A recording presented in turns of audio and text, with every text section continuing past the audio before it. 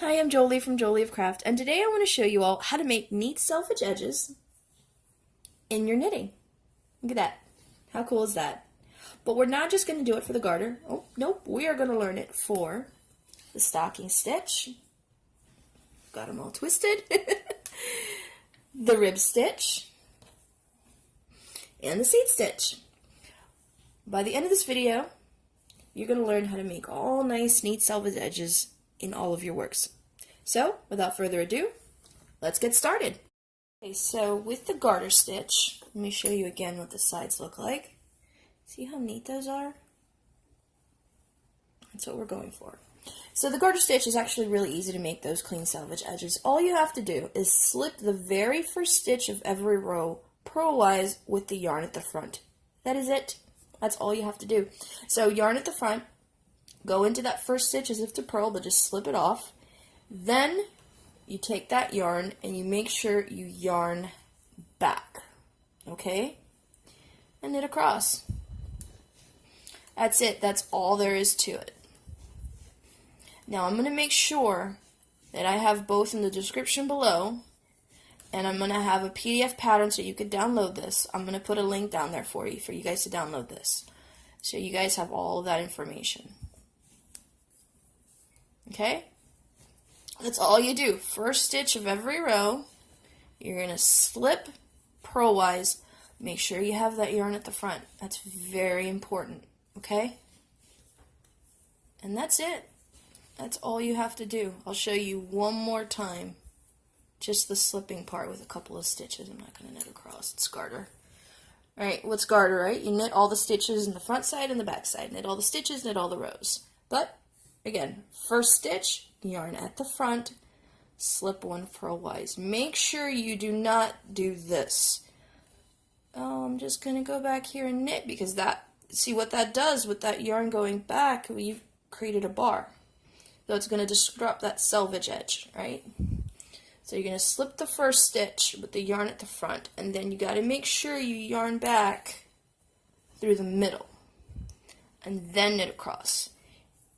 Because that way, having had knitted the previous stitch and then slipping it the way that I'm telling you, that's going to create the selvage edges. And that's your garter.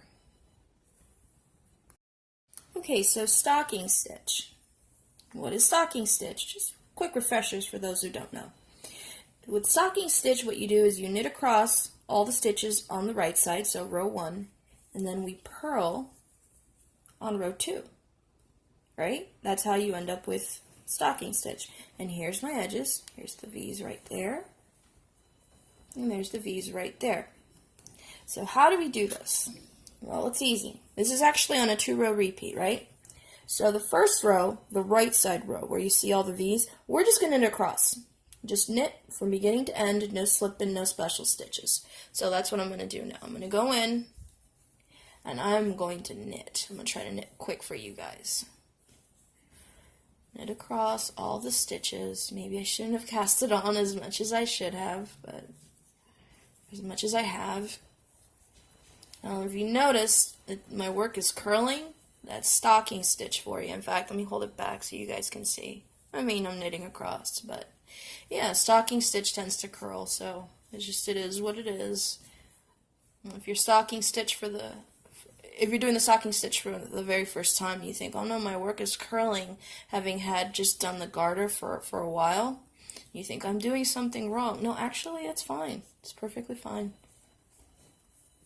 Alright, so row 1, just knit all the way across to the very end. The magic happens on row 2. And what we're going to do on row 2 is we're going to slip the first and the last stitch purlwise with the yarn at the front, just like we did the garter stitch, except we're only doing it on the wrong side on the first and the last. So here we go. Yarn at the front, you're going to slip it as if to purl. And then we're not going to yarn back because we're not knitting across, we're purling across. So we're going to go into the next stitch and we're just going to purl. And we're just going to purl all the way until we get to the last stitch.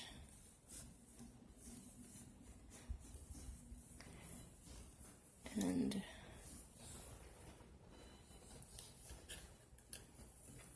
I know not a lot of people like to purl, but sometimes you gotta. And we're gonna again purl to the last stitch. Got a couple left. Trying to knit as fast for you guys. And in that last stitch, yarn's already at the front because we're purling, right? You're just gonna slip it purlwise. And that's it. That's how you get neat selvage edges on your stocking stitch. I'm gonna refresh for you guys. Row 1, just knit across. Row 2, you're gonna slip the first one and the last one purlwise with the yarn at the front and purl those center stitches. And that's the stocking stitch. So let's talk about ribbing and creating selvage edges within them. Let me show you one side. Here's the purl side, right? And here's that knit stitch in the beginning.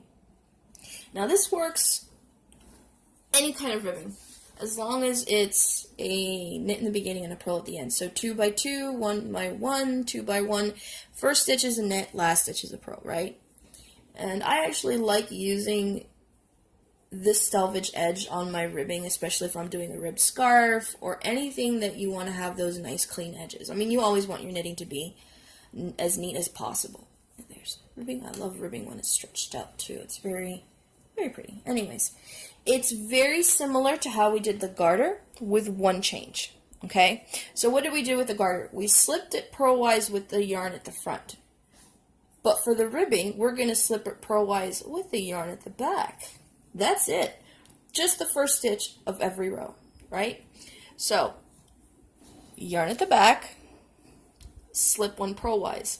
And here's the cool thing, right? Since I'm doing a 2 by 2, my next stitch is a knit. So I'm just going to go in there and knit this.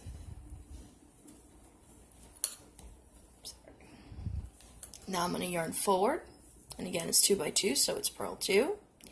And yeah, that's it. First stitch of every row, you're going to slip one purlwise, but you got to have that yarn at the back, not at the front. Yarn at the front is with garter, yarn at the back is with the rib. I'll go to the end, and I'll show you one more time. Alright, so we've got knit 2. Purl 2, and hopefully you guys are getting this.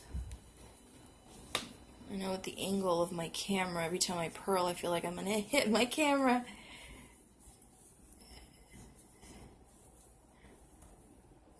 That's why sometimes I think I go off camera, but I try for you guys. Alright, so again, beginning of the row, first stitch, yarn at the back. Slip as if to purl. So don't go in as if to knit. Don't go, oh, yarn back and slip off as if to knit. No. As if to purl. Slip off. And then I just go into that next stitch before I knit it. Right? And then just purl across. And by doing so, right, slipping that first stitch purlwise with the yarn at the back, you've got neat selvage edges in your ribbing. Now let's talk about the seed stitch. This is the very last one that we're doing. And let me show you the edges. I always like to show you the edges. They're so pretty. And there's this one. This side's a little bit wider. That's just the way it looks, but it's honestly not that bad. This one's a little tighter. Now the seed stitch, I don't know if you notice, but I have a little marker there. And I do that because this stitch is identical. Front and back. So what ends up happening is that this particular pattern is done just like the stocking stitch on a 2-row repeat.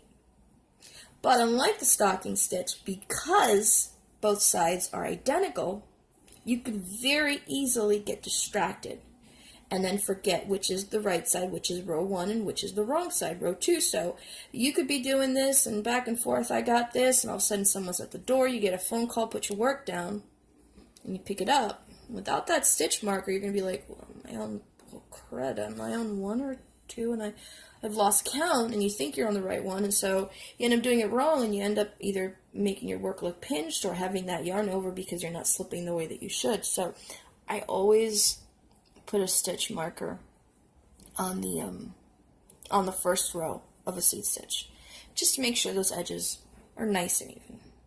Anyways, that was a little disclaimer in the beginning, but let's get started.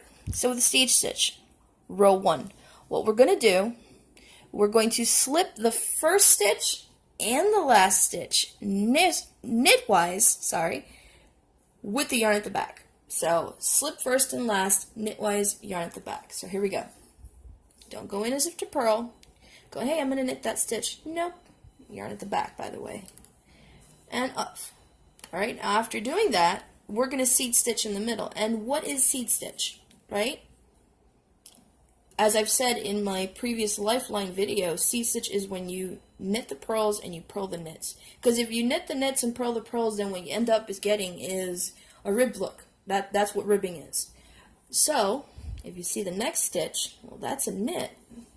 So I'm going to yarn forward and I'm going to purl it. Now when I yarn back, see that? Hopefully you guys are getting it. That's a purl, and I always look at purls as a hangman's noose. So here's the little head, and there's the noose going around his neck. And since that's a purl, I'm going to knit it. Right? There's my knit. It's a little V. Right? It's like a little man's head with a vest on. Right? See that little vest on? So if that's a knit, I'm purling it. And that's the difference. Alright? Ribbing is when you knit the knits and you purl the purls. Seed stitch, you knit the purls and you purl the knits. And that's why I said also in the previous video, right? I'm just seed stitching to the end until the last stitch. But that's why I said in the previous video, if you mess up on the seed stitch, it's going to stick out. Because if you knit a knit or you purl a purl, for that one stitch, you've ribbed it. And it's going to stick out. It's going to show. So again, I know this is a purl because it looks like a little hangman, so I'm knitting it. And I know this one's a knit because it looks like a little man wearing a little vest. So we purl it. So we are going to knit until that very last stitch. And no matter what that last stitch is, guess what? We're going to slip it knitwise with that yarn at the back.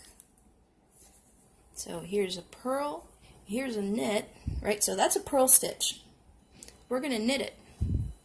And the seed stitch tells me that the next one I need to purl, but nope, I'm going to, yarn's already at the back, so I'm going to slip it knitwise. Alright, so now I'm turning my work. I know I'm on row 2. Why? Because the marker's on 1. See, good thing I marked it. Now what do we do on row 2?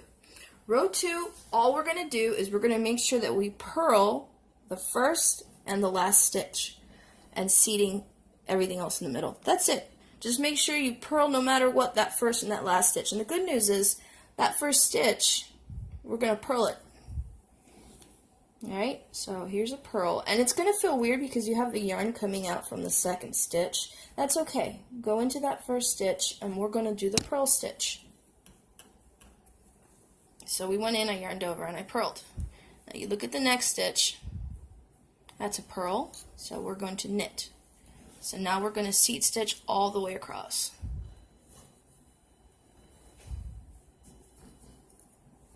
You're going to knit the purls, purl the knits.